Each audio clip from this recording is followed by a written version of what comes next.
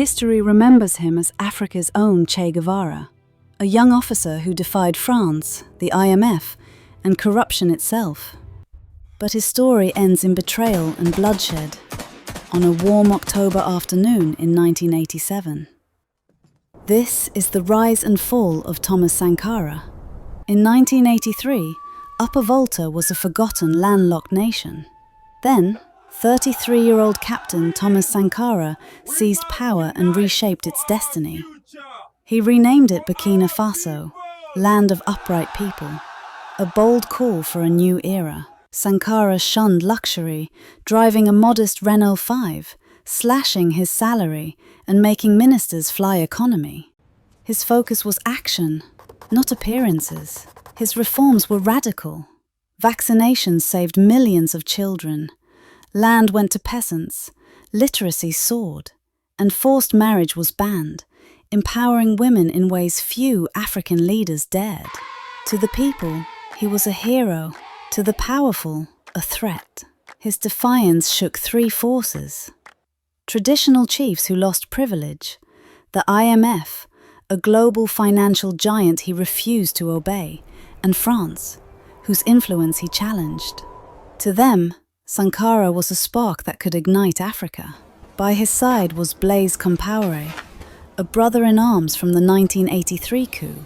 But by 1987, Compaoré's loyalty faltered. He argued Sankara's defiance was reckless, that ties with France and Ivory Coast were too vital to break. Foreign powers listened and whispered back.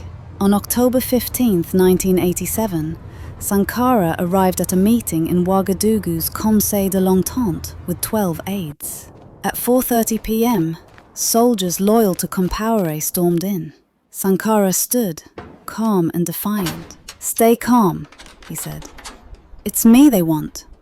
Seconds later, gunfire cut them all down. Their bodies were buried in a shallow grave, covered in quicklime to erase the evidence. No ceremony, no farewell. The revolution was meant to die. That night, Compaoré took power, calling it a correction. Burkina Faso bowed to the IMF and France, dismantling Sankara's vision. For 27 years, his name was dangerous to speak, yet the people kept his memory alive in whispers. In 2014, Compaoré was ousted. Sankara's grave was opened, revealing his bullet-riddled body. In 2022, Compaoré was sentenced to life for the assassination. Justice, delayed by decades. Thomas Sankara was 37 when he died. 4 years in power. A dozen reforms that reshaped a nation.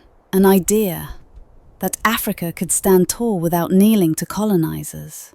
That idea scared the powerful. Was Sankara's death just one man's betrayal, or proof empires silence Africa's boldest voices? Drop your take in the comments. Let's expose the truth together.